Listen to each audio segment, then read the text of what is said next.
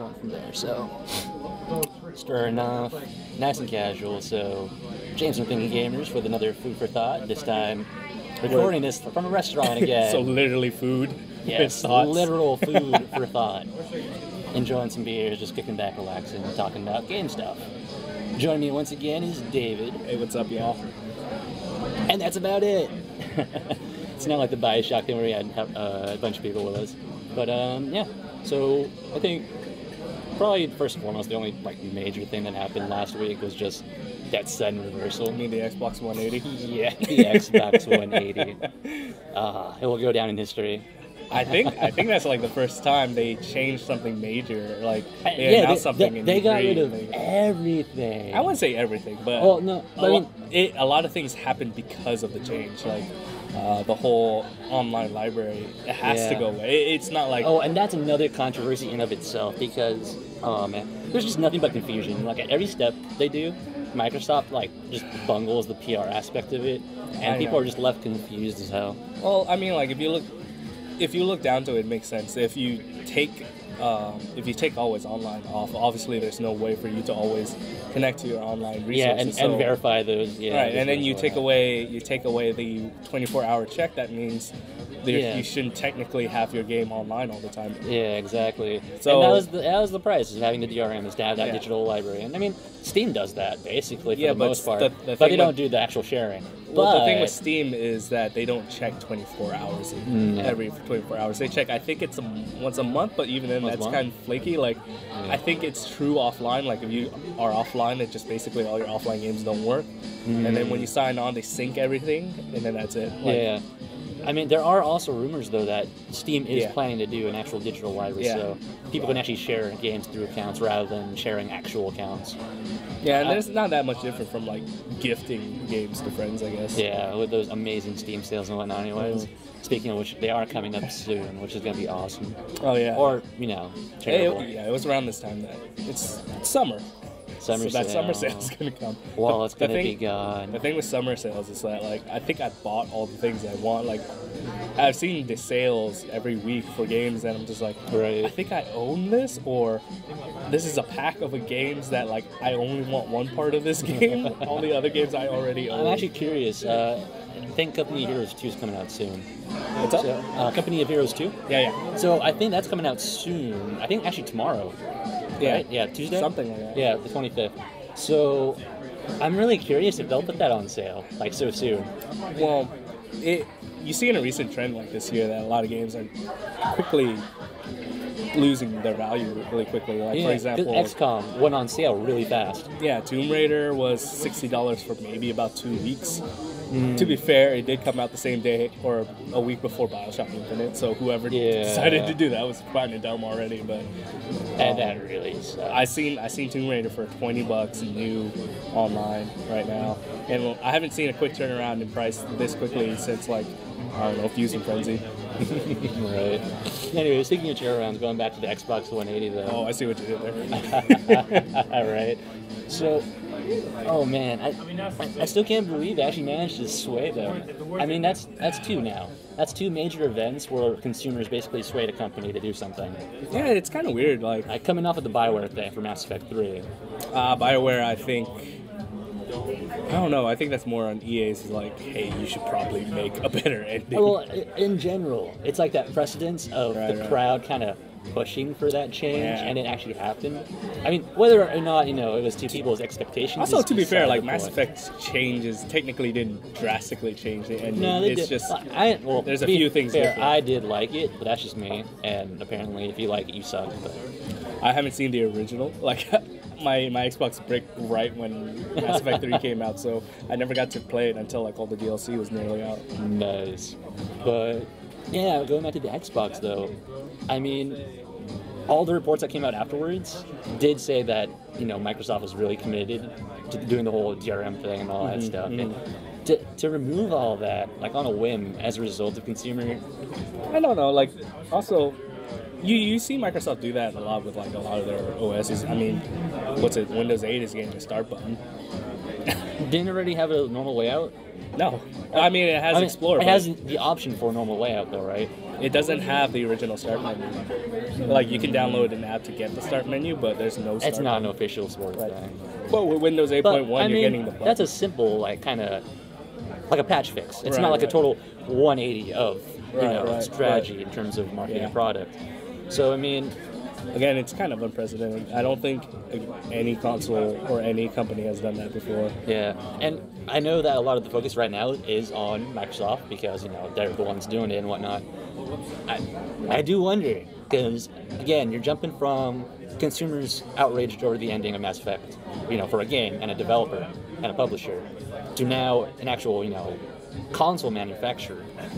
Like, if people rally together at any point where they're just dissatisfied with any product just because they don't want to deal with certain features, well, will they get what they want?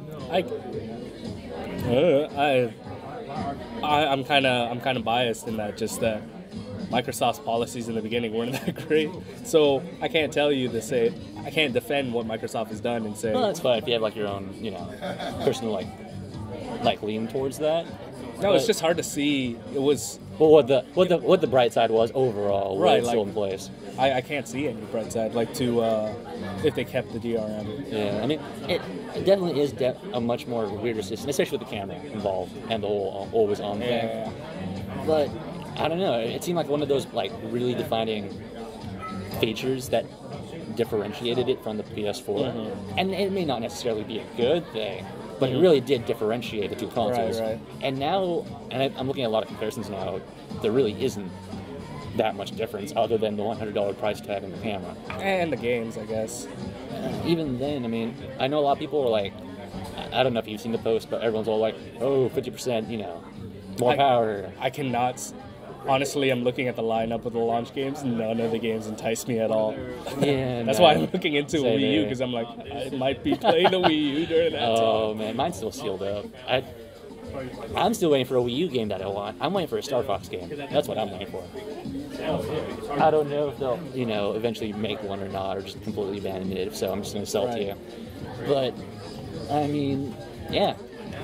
Yeah, There's nothing to differentiate the Xbox anymore. Now it's kind of similar-ish. I know people are like bragging about, I think their sports not their sports selection, but like their utilization of cable services and sports is definitely better on the Xbox. I don't think depending on how, I don't think it exists on the PlayStation. I know that. Yeah, see, that's another thing too. That was also really confusing. Again, there's a lot of confusion in general with the Microsoft system platform. Is how the connectivity works, and I know they explained back at the initial press conference that they had that whole deal with EA, right? About exclusive something, and the ESPN access. yeah, because other than the television services, it's like, oh, what exactly is unique? I know they showed off the actual games, even though they were like pre-rendered trailers. Again, that's the thing. Well, the thing with the Xbox is that they're pushing themselves to be kind of like the one media console, whereas the PlayStation's philosophy is now focused on games. Finally, as many people would probably say, but see, I think that's the main differentiator is that if you want kind of like a one media box, you'll go for the Xbox One, as opposed to PlayStation, where if you want games, only games. I can't see myself using the PlayStation that much for TV and online services, where I can probably see myself using the Xbox for it. Yeah, and there are a lot of arguments for and against that too, mainly because of the whole gold requirement for the Xbox. Yeah, but again, it's like if you play games on the Xbox anyways, you're going to have a gold account. Yeah, exactly. So it's not like a mutually exclusive thing. And it's not going to be any better than PlayStation Plus. Maybe PlayStation Plus will implement the same thing where they require you to get PlayStation Plus and use Netflix. And that's the problem. It's like it's back to that whole. Now they're both kind of the same-ish. Right. The only thing that's different is the pricing, and even then, it's going to boil down to things like where your friends are at. But isn't that like exciting? That's what you want in like a console war, isn't it? They're kind of the same, but you want to see what games come out. Now you can just focus on the games, right? Now I think the console wars are just stupid because and this is the reason why this was started in the first place. Unfortunately, the one that brought the topic up, Juan, he could not make it tonight. the reason why we called this meeting together for this week is because we wanted to address the fact that people have become really, really retarded this time around when it comes to the console wars because of the whole, whatever Xbox does, whatever PS4 does. And there's a lot of miscommunication between everybody. It is a lot of There's many times when you go into like a Walmart and then you see these people buying Wii's for Wii U games. It's like, what are you doing? That thing is not compatible with your system. Oh man, I'd love to see those comments because that'd be a refresher from all the like, oh man, Xbox sucks here or Xbone sucks that, right. PS4 sucks this. I think PS4 sucks that. I don't know. There's not a lot of. I guess I'm not hanging around on the right message boards or anything, but man, there's I'm not on the wrong ones. All I'm seeing is just like the most stupidest like straw man fallacies here and there. Right. I think okay, the worst one that I've seen, and Juan's seen it too, and that's why we started talking about this. One of our friends, and I don't even know why he's on my friends list anymore, on Facebook, started posting all this crap about how, wow, Microsoft, you're so freaking stupid. I can't believe you did a 180. I can't respect you anymore as a company. Wow, you're so stupid. Blah, blah, blah. And then the post that came afterwards of people trying to like clarify what's wrong with this, what's wrong with that, or whatever. It's like, what do you like? He started posting all these things about PlayStation 4, and that's to be expected, but the thing that killed me was that this guy was a total jackass and a hypocrite, and months before, at the first conference for Microsoft, this guy just begged on his statuses, wow, Xbox, where's the games? Blah, blah, blah. Wow, what's up with this DMR stuff? Wow, you should take my idea. I'm way smarter than you guys. Go and remove the DRM. And I'm like... Isn't that what you wanted? Okay, 3 months ago, or not even 3 months, it was like a month ago. It was a month. Yeah, a month ago, you were bitching about how Microsoft put all this stuff in here and all that crap and how they should remove it. Now that they removed it, you did a 180 yourself, and now you're bitching about them changing it. And it's like, and the thing that gets me is that the biggest pitfall that most gamers fall into on forums is that, wow, once favoritism, really. Not even that, but the concept that, wow, Xbox gamers used to say this, now they're saying that. It's like, they can whine about anything. That concept. And the thing that, gamers fall for is the fact that you're not exactly talking to the same person that said those things earlier. Right. But in this particular case, with that friend on Facebook, I know exactly what he said before, and now here he is, just talking smack for no reason whatsoever. And then he comes up with like these weird ass like arguments for why the PS4 is like vastly superior. And it's like, I can understand if you like the PS4. I like the PS. I pre-ordered the PS4, but it's like he says stuff like, "Oh, I wish I could pull this up." But my iTouch is being stupid right now. But from what I remember, he said stuff along the lines of how, wow, Xbox, going back to what we said earlier, Xbox is forcing you to pay for, an online subscription to pay for your services. And it's like... Sony's doing the same thing, last time I checked, yeah, not only does Sony have their thing now, because PS Plus is now required for online multiplayer. Right. I mean, $10 cheaper, mind you. But, that's required now. The thing that, and you still gotta pay for your actual thing. You have to pay for your Netflix. You gotta pay for your HBO. I'm not gonna lie, I think the Xbox Live subscription service is still better than PlayStation. Unless PlayStation's gonna use our money to build a correct infrastructure to support that online crap. I am actually curious about the PS4's infrastructure going down the line, because they are adding things like cross-chat support over there. And yep, right. Anything else with this? That's about it for now. Enjoy. Thank you. And they're adding a lot of things that Xbox Live already does have. So they are expanding the trophies. They are expanding cross-chat support. So I am curious to see if they actually do better on that front. But it's still, you have to wait to see. I mean, PlayStation 3's online service was so bad. I remember downloading updates and taking half an hour or. Yeah, that's another thing I didn't like. But once you get past it, you get past it. Again, their online service is really bad, PlayStation. So I'm really hoping that they're using money to... Speaking of that 4.45 update that rectified consoles, that must suck for the people that waited to get that downloaded, and they were one of the unlucky few that got their console bricked. Well, I think it's all those people who have PlayStation Plus that auto updates. I definitely know of some people that did survive the update. So that's my cool. console definitely did. So yeah, oh man, but. Still playing The Last of Us. Really? Oh man, more on that later. And yeah, going back, it goes back to that whole, mutually, mutually exclusive thing where you look at the demographics and you think about who plays an Xbox, who plays PS4 and all that stuff. Generally, yeah, if you have an Xbox and you play for multiplayer, you already have a gold account anyways. Yeah. So you're not exactly paying exclusively for your, extra services And even any then, more like, than the PS4, The argument with Xbox Live is that whatever you're paying for Xbox Live is totally worth it because, again, their structure is so much better. They're in the Xbox Live for nearly 10 years. So the only thing, yeah. Now, I do think Sony will eventually surpass them if they keep up their PS Plus program with the free games and whatnot. Mm-hmm. But again, they got to keep that momentum up, otherwise they might lose it. It's all a matter of what you pay or what you get for what you pay.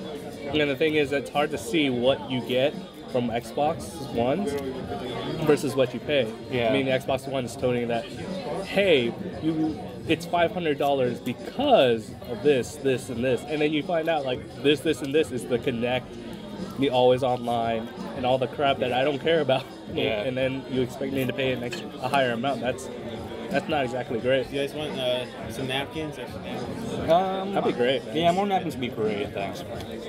And you look at Sony, and you're only paying a certain amount for the console that exactly what you need. Yeah. That's value in your dollar. So, and again, yeah, that's the argument that I should see. But the argument I definitely hear a lot is the DRM issue, which has quelled since I've last checked. Yeah, and of course, a new controversy sprung up in the wake of that, which was the whole digital library. Yeah, now they're arguing about that. The rumors, and here's the thing that gets me, because right now, there's still rumors. Well, the thing that's circling about is that the original plan for the library is that it wasn't actually sharing games, it was sharing demos, 1-hour demos. Now, what people were saying on, I believe it was NeoGAF, on the forums there, is that a guy named something Boat. I forgot the exact details of his actual tag, but apparently this guy predicted like a good half of the things that would pop up in E3, and so apparently people treat him as a god in terms of predicting these things and verifying whatever leak comes out. Mm-hmm. Now, strictly speaking, only half the things that he predicted were true. Okay. He predicted that they would show off Dead Rising 3, which again, someone would have seen it coming. I didn't. When I saw it, I was like, oh man. I mean, it was an eventuality. I don't think anybody was that excited, but I didn't see it coming. Yeah, there's that. I mean, eventually 3 would have came out. So he didn't predict that. But as a launch console, like a launch game, that's definitely. It makes sense because the first Dead Rising was a launch console, launch game for the Xbox 360. He also predicted, I believe, the DRM features and the added sports connectivity. That I expected to see because they do work very well with ESPN. I think Xbox had exclusivity with ESPN. Yeah, beforehand, anyways. The other things he predicted. And this is the thing that gets me, because apparently people treat it as 100% true, as if it was a Nostradamus kind of thing. He predicted that Mirror's Edge 2 would be announced. He specifically said... everybody predicted that all the time. That's one thing. Exactly, right? And here's the thing. He specifically said it would show up at the MS conference. It did. It showed up at EA's. Right. And yet people are still treating it as, well, he's still right. Therefore, his information's still true. And then, so you have all these users saying that, his word is law. And it doesn't fly by me. Like, yeah, he has a track record for getting some things right, but they're the kind of things that anyone can guess. Dude, you're on NeoGAF. And it just bugs me how a lot of gamers, a lot of people just buy into that and automatically think, oh, you know what, rumor? Did he say rumor? No, it's fact. Yeah. And Microsoft actually publicly denounced those rumors about the whole sharing thing as being, quote, unquote, silly. And all the journalist websites are picking up on that. And now, a lot of people on the forums, they're just confused as fuck as to who to believe. And it's just terrible all around, because now Microsoft's getting the rep for that. The thing that was confusing about Microsoft prior to the DRM, and then it's still confusing after to it, is the whole family share plan, and that you could share it with 10 people. They didn't specifically tell you exactly what is to be what you can share, like what it really means, like how you get people on your family's list. So what, and the thing is though, if you actually do look around, there are thorough interviews with various journalist sites like Joystick, Kotaku, where they actually post their transcripts Right. with like Major Nelson and I believe Phil Spencer, who was like VP of Xbox Live, and they actually flat out explained, yes, you can add anyone and drop anyone on your family plan. They don't have to actually be family. Any two people on those lists can play the game at the same time, but only two at once. That's actually pretty cool. And that's pretty fair, right? Yeah. That's the general expectation. And whatever game you have, if you have it in the shared pool of accounts, anyone can go pull it up and play it, as long as it's minimum of two. And it's basically Netflix. And there's yeah, more or less.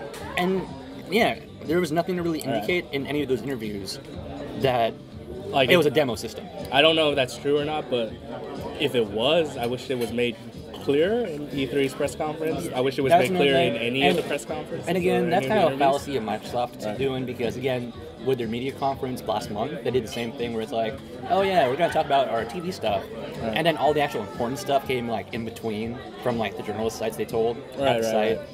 And even the DRM issue, that wasn't announced publicly. That was kind of shoehorned in at the very last minute prior to... It's either prior to E3 or right after the press conference, the original press conference for E3. One other issue that bugs me about this whole not being online, not having DRM, but they had a reason for having it to always be online, and that was cloud computing.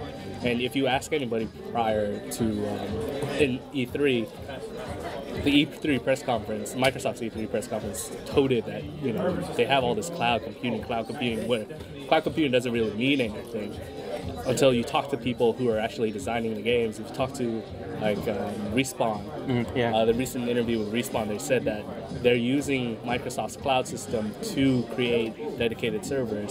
That is more interesting, and there's a lot of stuff that they're talking about how they're shifting a lot of the computing onto the cloud as opposed to having it online or on the hardware. Right, on the hardware. So now that it's not always online, how is that going to work? Is your game going to run slower because of it?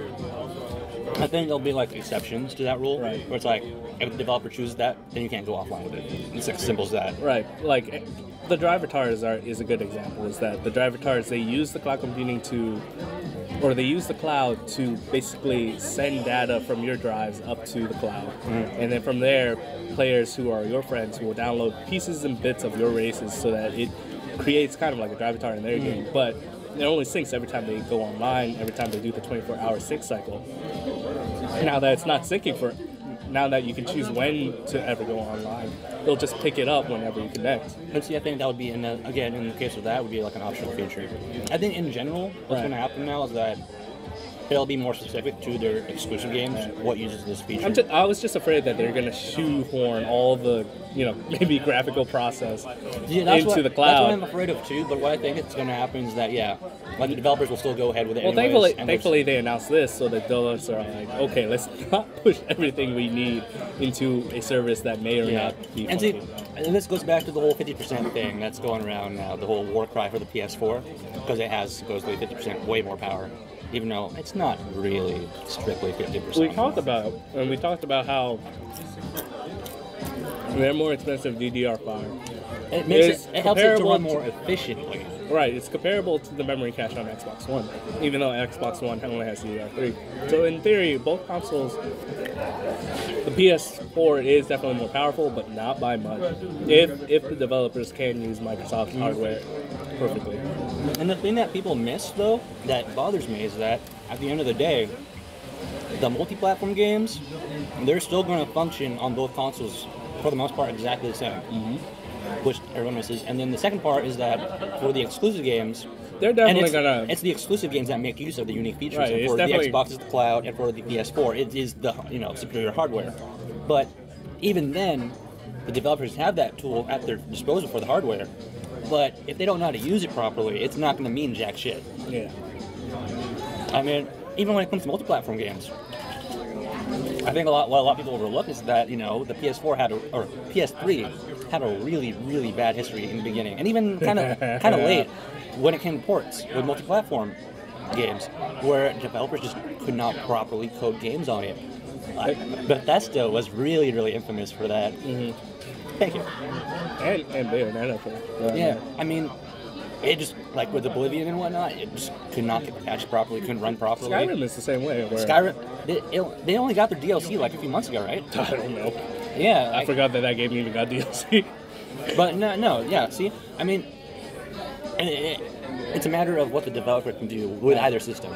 And hopefully the developers, because Microsoft is a software company before they are hardware, hopefully developers will have an understanding of how to work with Microsoft as opposed to Sony. And from the sounds of it, at the very least, they both have similar architecture this time around, unlike before. So hopefully it shouldn't lead to problems. But again, like if we're arguing mainly on hardware, mainly on DRM and all that stuff, they're pretty much match for match. There's nothing that much to differentiate it. So if you're gonna look to argue about it, it's gonna be in the games, which is really exciting. This is bringing us all the way back to the PlayStation versus and that's Nintendo. what I really hope for, especially, is that we do go back to full-on exclusives. None of this bullshit, like, oh yeah, this DLC pack's exclusive. That's going to be a problem for Microsoft, though. That's what I think. Because Microsoft has a bad understanding of what gamers want in their games. While you do need your AAA titles, you do need your quirky Katamari-like games in there to play with your Call of Duties and your Battlefield 4s. Balance it out, but oh man, it just really irks me though when they have exclusive DLC content for any game, for any platform. Yeah. Just because the concept of, I can get, if you have a multi-platform game on either console, that's cool. But when you have a multi-platform game on a console that doesn't get all the features and all the story content for the console that you chose, that's kind of messed up. Yeah, but that's what entices you to go buy it for the other console. But see, here's the thing, if you don't have the other console, you're screwed. And I wouldn't say screwed, I would just say bored for like the first few months. They are timed exclusives. And that's in the case of timed exclusives. Right. In the case of timed exclusives, I'm actually kind of okay with, because, like, for multiplayer games at the very least. That's the thing, like, I'm trying to think of games that are like just have exclusive. Everyone DLC that for multiplayer wise, on your platform, at least they all wait at the same time. Right. So when it does come out, you all enjoy it at the same time. But like, for example, for the Xbox, for the longest of times, we didn't know that the Grand Theft Auto side mission things was a time exclusive. It was always advertised as an actual console exclusive. Oh no, I think they broke that it was a time exclusive. Was it? Yeah. Because I remember a lot of like PS3 people like. I distinctly remember after the first DLC that came out, they said that it is a time exclusive, or all their exclusivities are just time. When did they get it though? Because did they only get it once the whole compilation was complete? No. They got it as it came probably out? Yeah. Mm-hmm. Probably like 3 months after. I think time exclusives are 3 months. So. Okay. But what about the other things, like for Assassin's Creed, for like actual story expansion packs for the PS3? Wait, for what game? Assassin's Creed 3. Isn't it? It's exclusive. Exclusive just for like Xbox? Like Benedict Arnold. No, for PS3. Oh, they got like some missions that were like only on PS3. Same thing with like Batman Arkham Asylum. They got the Joker challenge maps, and they're actually this time around too for Arkham Origins. They're only getting content for. But like they're not. It's not time. Well, they're not time, but they're not that important. They're not necessarily right.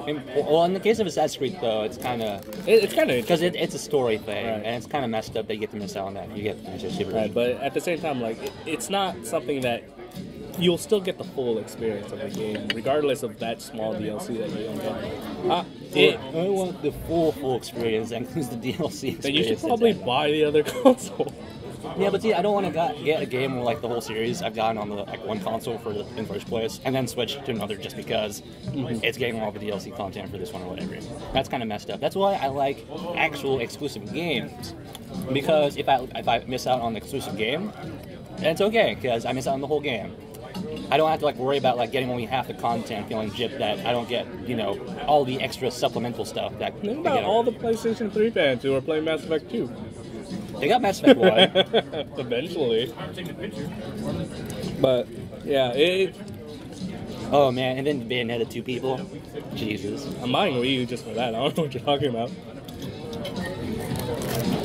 But that is a really awkward strategy, though, to, like, move Bayonetta 2 to the Wii U. I don't think anybody wanted that besides Nintendo. Nintendo's the only one publishing it, so they're getting it for. Nintendo is getting Bayonetta 2 for a reason. It's because they're paid for it, whereas all the other companies didn't pay for any of it. No. But again, the games will be interesting, and I'm so excited to see there's an actual argument for games now. For both sides, they still haven't really revealed all their exclusives.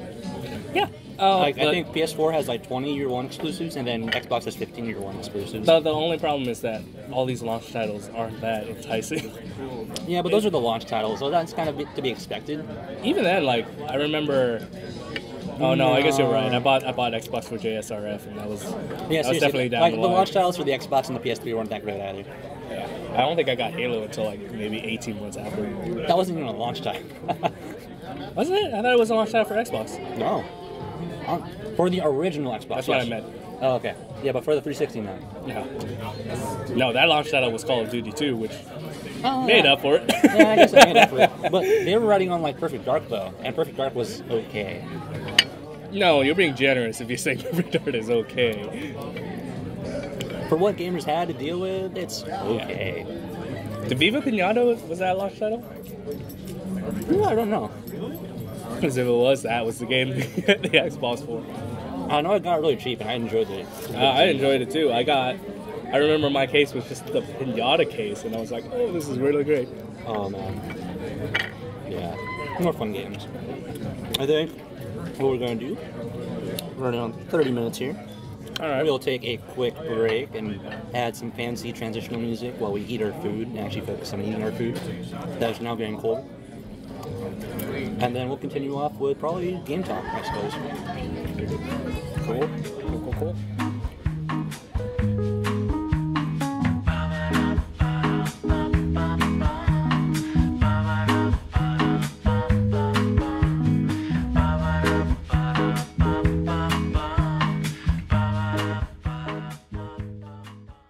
Having had some food in our stomachs, we're just going to talk about games like The Last of Us. Yeah, And so going on to what you're saying about scavenging. Yeah, so I was talking. It's funny because I remember playing Bioshock Infinite, and I'm like, oh, I'm playing a game with Troy Baker that's all about scavenging. And now I'm playing The Last of Us with Troy Baker, also scavenging. And the thing about this game is, like, for the first time in a long while, I'm like, oh, this is Troy Baker faking and doing an accent. Like, I've never heard Troy Baker do an accent before. There's a lot of firsts for Troy Baker this year, it seems. But I did think it was really interesting, though, the fact that he had the same role, like the same archetype, basically, in both Bioshock and Last of Us. And it hasn't even been, like, what, 3 months, 2 months? It came out in March, this came out in June, yeah. Yeah, and you're kind of back in that same kind of shoes of just... escorting a girl through a place. And it's like... There's a city, a lighthouse, and a man. Oh, man, it's happening. It's happening. Don't you see? I don't know if we go through a lighthouse, but we definitely go through cities. It's all metaphor. You can go through a shiny city at some point.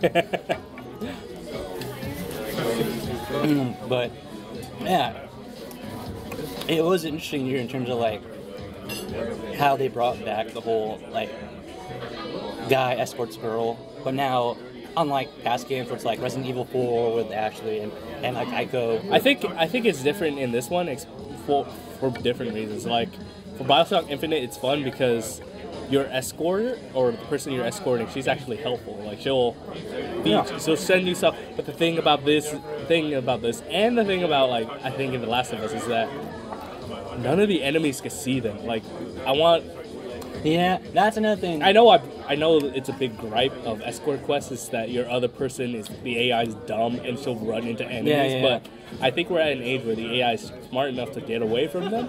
But they don't make create them invincible or something. Well, invincible or invisible. Yeah. And so like, yeah, sometimes Ellie would, attack somebody for me. Like maybe one or two times she'll throw a cup. But I know you're talking about. Like other times you just see you kind of just crouching there, and then like everyone walks past you. I don't know how many times I was in an area and I'm sneaky through it, and then Ellie would run up, and since I'm in listening mode, all I see is somebody running really quickly towards me. Then I would freak out. I would run, and then the clicker would kill me. Like it's That's rough. that happened like maybe 2 or 3 times. Man. But yeah, I mean, it is a definite shift though from the other escort games like heavy, like Ico and Resident Evil 4. Ico is different. Ico, I wouldn't say is Ico is definitely a escort game. In but, terms of like how the escort's represented though, it's generally helpless yeah, girl or whatever. but the story was so good that you look past it, and plus it's the whole game. Like, if you're basing your game on an escort quest, at least make it engaging and make it interesting, and have a story that's compelling. Like I don't know. that's the thing. I I was frustrated by Ico. That's Really? That's probably just me. Like everything I do. had one area where I was like, I don't understand this puzzle, but otherwise, like, I was totally enraptured by Ico. It's really weird. Like, I don't know. Have you ever seen this web series called Hey Ash, What You Playing? So I saw one. Okay. Well, they did an episode on Ico where basically Ash, the main character, the girl, complains a lot about how it sucks that the girl can't protect herself and all that, right?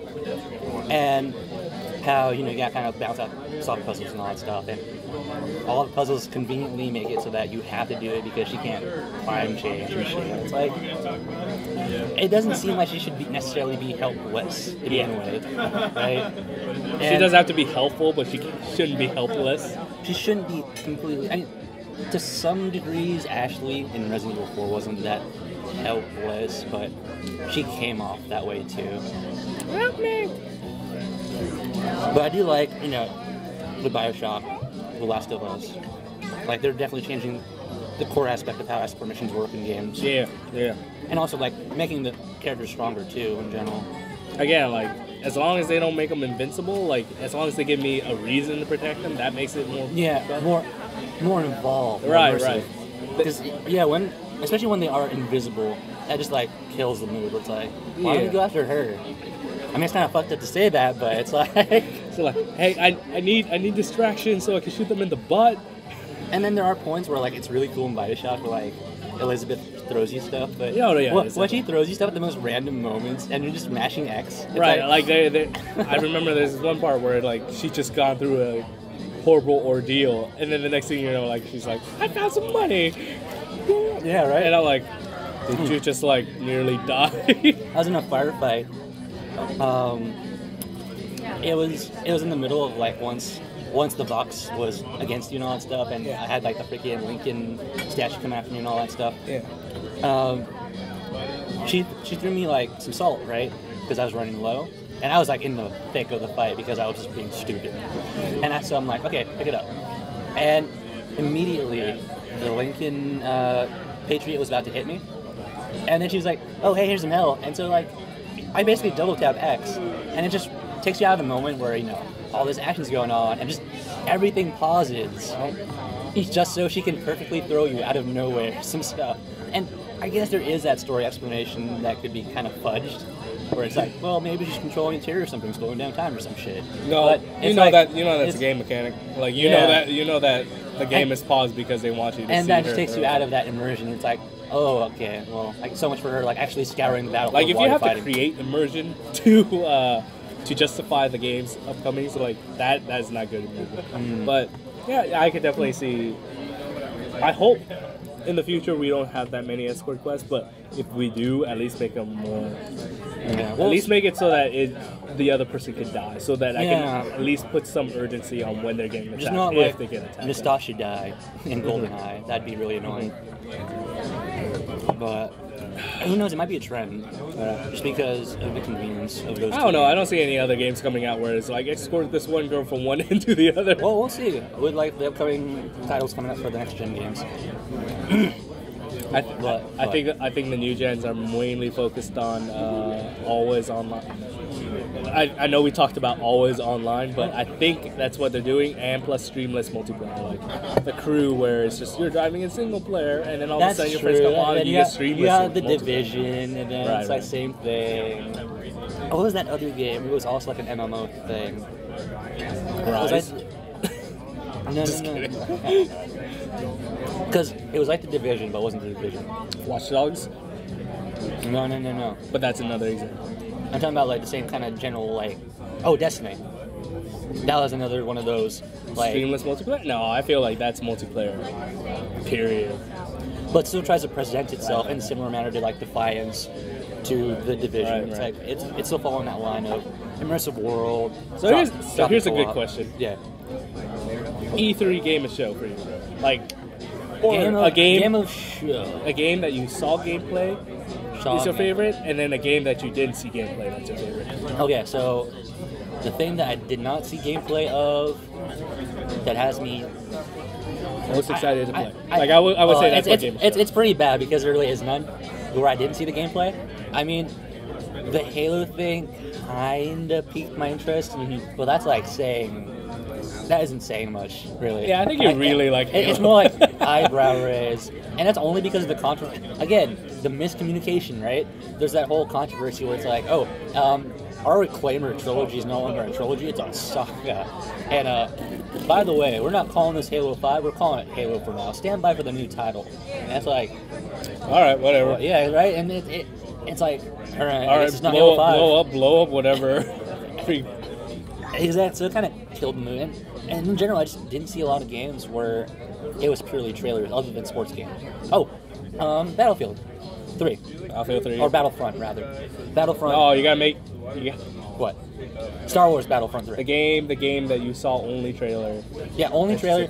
And, even though it's just a freaking snow speeder crashing into the, Hoth surface. Right. The fact that it's being made now, finally. That's what did it for me. Gameplay-wise, I'm really excited for Metal Gear Solid 5. I mean, just the trailer alone, the Red Band trailer especially, just because of how crazy in-depth they're I'm going to go. interested to see, what they do, because, they show Shadow Pain with him with his arm off, and, he has a hook, and he's totally turning into a pirate, it's gonna be interesting. I don't think I hate Kojima and his editing of stories, but I'm really interested for the gameplay of this game.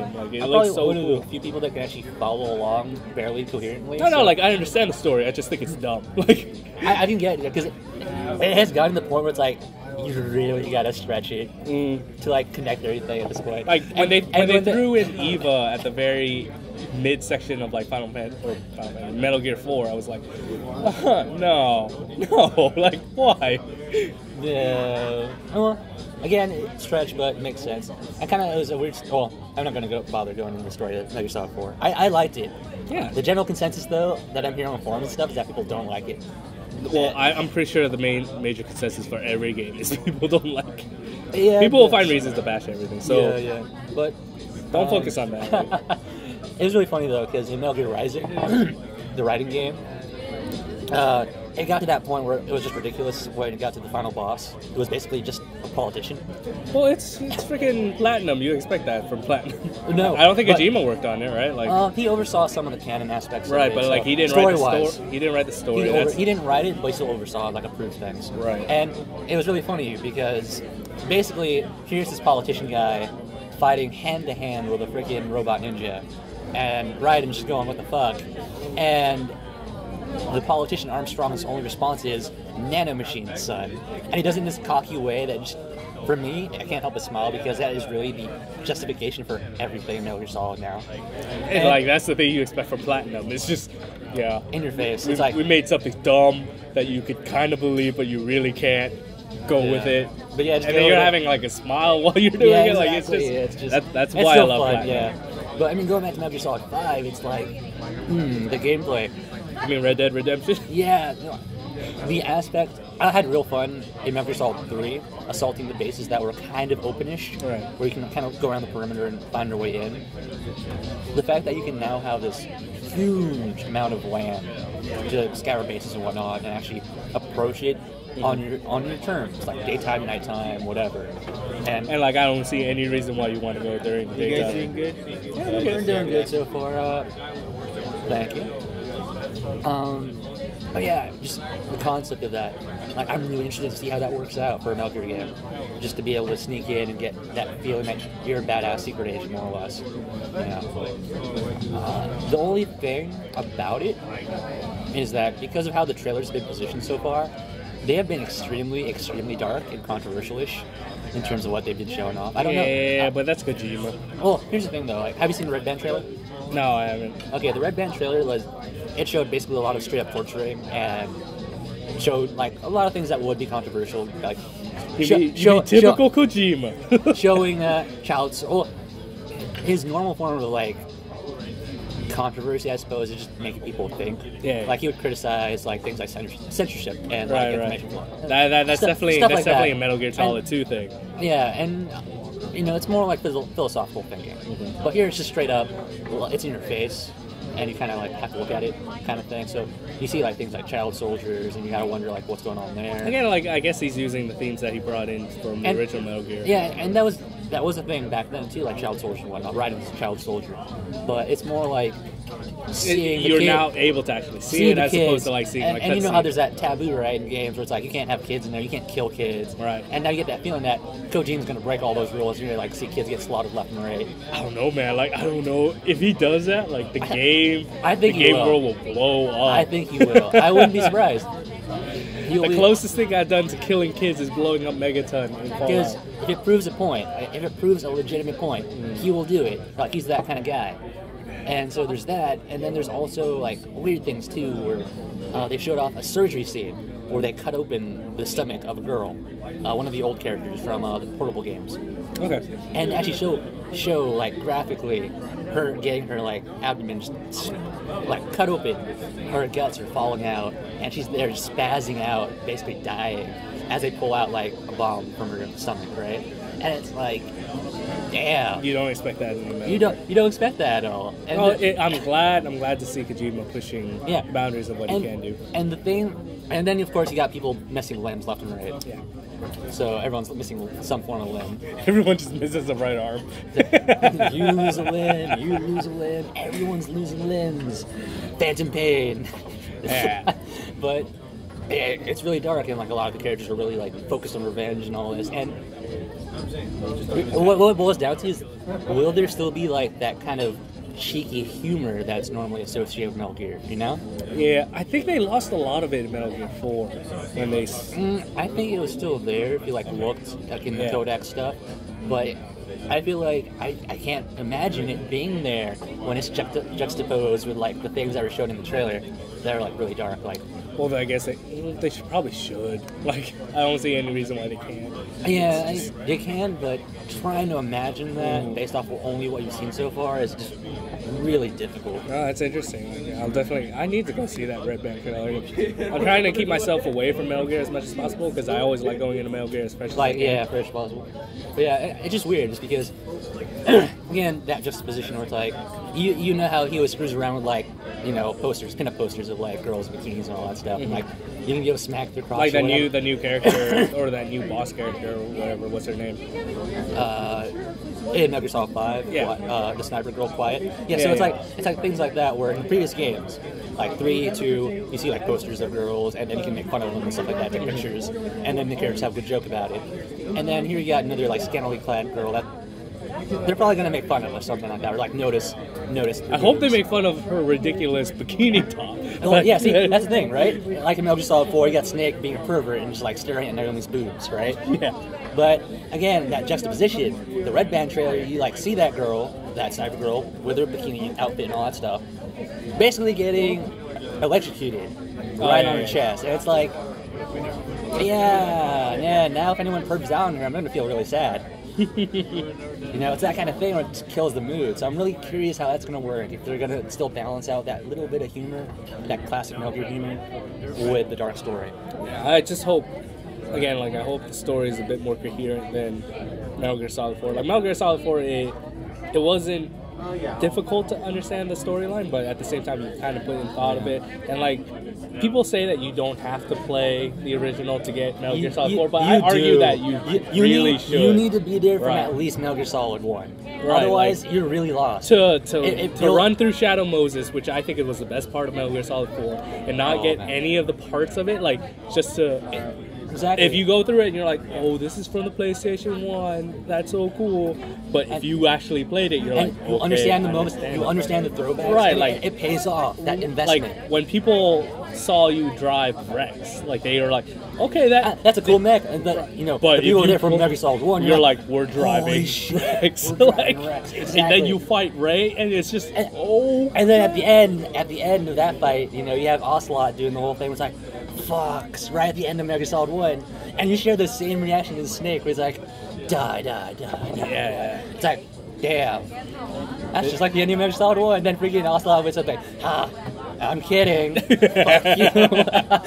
And you're just like, or like the damn. whole Psycho Mantis, where he's just like, put your controller on the floor. What? No vibration. What is this? And yeah, again, it's the investment that pays off.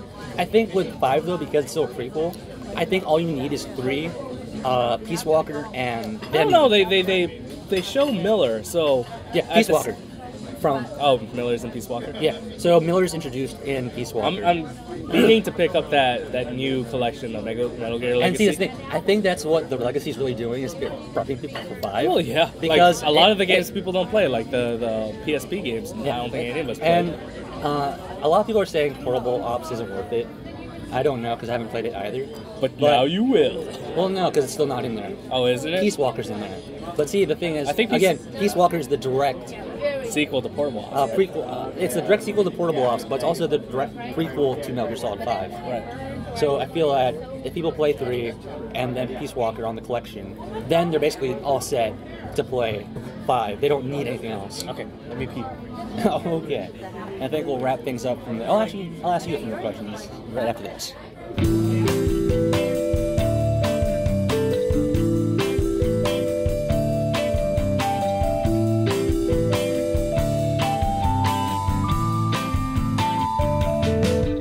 Alrighty, so our check's on the way. Let's wrap this up.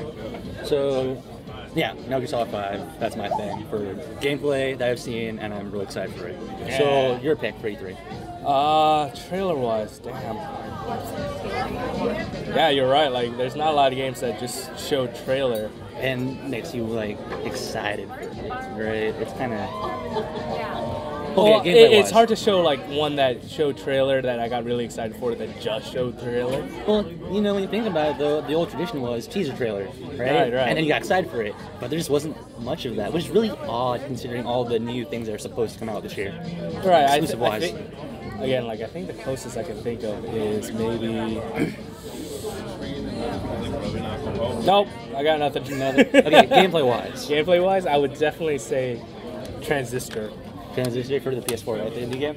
Yeah, as a big fan of Bastion, I actually replayed Bastion very recently. As a big fan of the Supergiant games, like it brings gameplay that is reminiscent of Bastion but completely different. Like the cool thing about Bastion is that every weapon in Bastion plays differently, so you kind of want to mix match your playstyle until you get a really good consensus style of Bastion, and then when you watch Transistor, you realize, oh, this is kind of the same thing. You're playing a different type of role, playing something different, but at the same time you're playing something new. The art style is really good. Like I'm really looking forward to the. I think the art is by Gen Z again. The music seems original, or seems like the original Bastion. That same style. Yeah, everything just screams more Bastion. Yeah. Which is... The only thing that can make it better is just having that awesome narrator. Yeah. Smooth voice. Yeah. But it's just all. I don't know, like maybe they'll have a female narrator like they did in the trailer. As long as it's nice, smooth, and cool, that's all that matters. I recently saw an interview with like the guy. I forgot what his name was, but like I saw an interview for it, and I was like, oh, this guy's not what I expected for the voice. Oh really? I don't know either. I never looked it up. Yeah, he looks totally different from what you expect from. Is it? Did you get the same like badass reaction you got when you found out who voiced Lee? Who? Lee from The Walking Dead. No, I haven't seen the voice actor for Lee. Oh, you haven't seen it? Oh man, I feel really bad now I haven't seen any of the voice actors. I forgot his name now. He had a really cool name. Actually, you know what? We didn't see any gameplay for that new Walking Dead game, did we?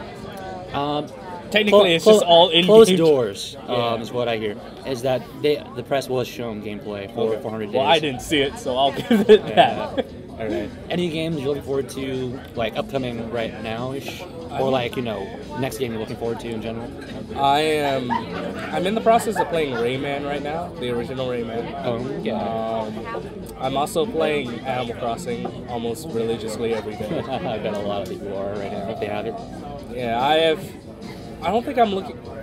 The only real game that I'm kind of looking forward to is Grand Theft Auto. Grand Theft Auto 5, and that's in September. Right, like that's quite a I stretch. completely forgot about it. I'm surprised that there wasn't that much more footage for that. I heard that they showed more screenshots during E3, but they didn't have a big E3 presence. screenshot. Yeah. Okay, that's odd.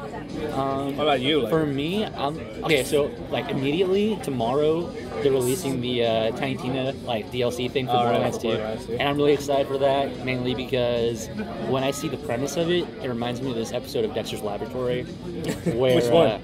It's the one that's Dungeons and Dragons theme. I think it's called D&DD. Okay. Because DD's the game master. Yeah.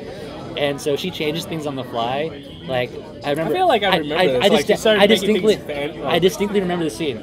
Like they're walking and they're walking. They're like in this dungeon, and Dee Dee's all like.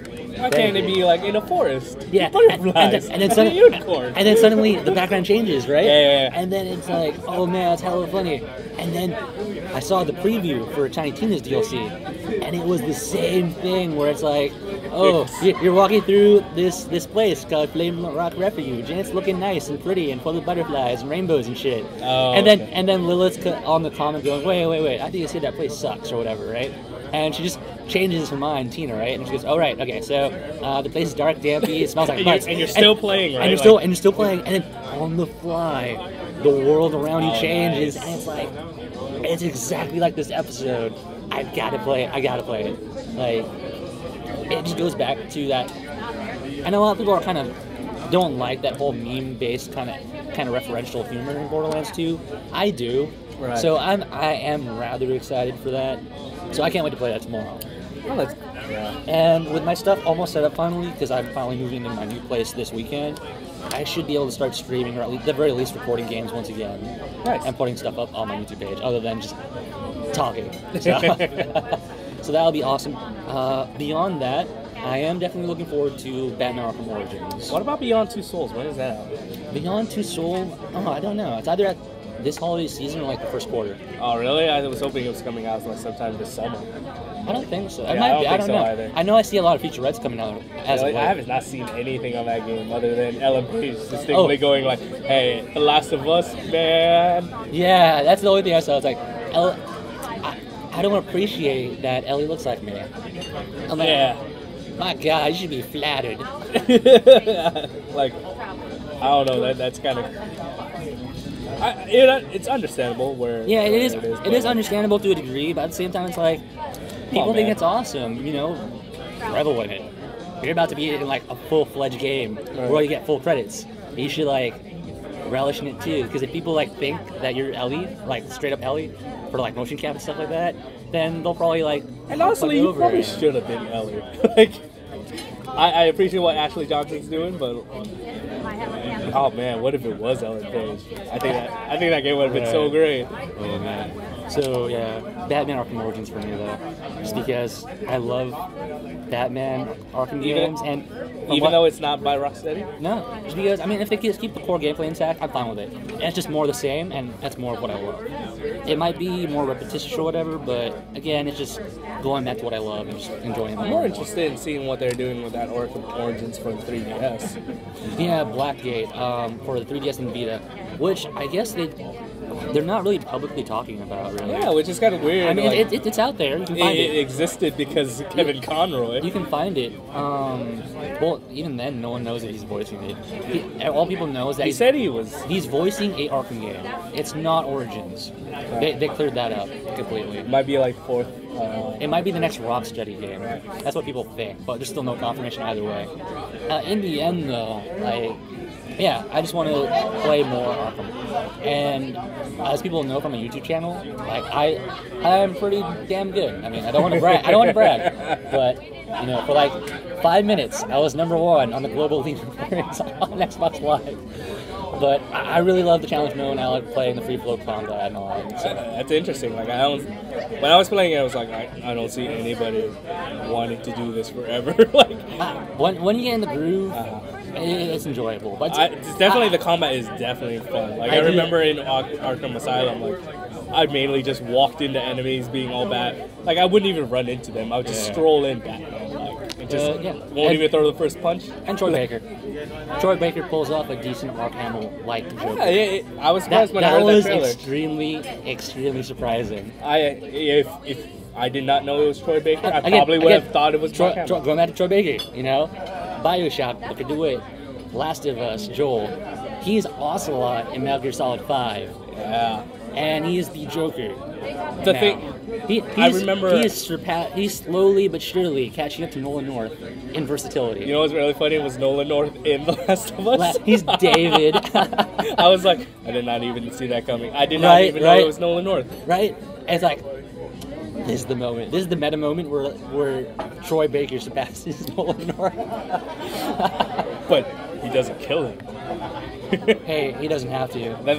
Yeah, it's really funny. I remember in our BioShock Infinite talk, we were talking about how... we were talking about how he was in everything, and it turns out this E3, he was like... No. We were talking about how he doesn't have that much of a range, how he plays the same character. He has that same kind of tone. And to be fair, he kind of does sound the same in Book of the Wit. He does sound the same in Joel. I thought he sounded totally different. He has an accent, but he still has that kind of like deep voice and how he enunciates things. Right, but like, if I heard it was getting there, right? And then you heard Ocelot, and then you heard the Joker, and it's like, oh my god. Yeah, his range is pretty good. Like, no way. Snake. What a snake. Let the legend live once again. Alright, so I think with that we'll end it, and then we'll try and make this a continuous thing on Mondays. Yeah? Okay. I could drink beer every Monday. Yeah, right. Make Mondays more bearable. Well, this will probably actually go out on Tuesday, though. But yeah, we'll record Mondays, put it out at least by Tuesday, and we'll make it a regular thing. Okay. And then, yeah. That's fine. So until next time, game on. Late plays. Cue music. You are like piercing.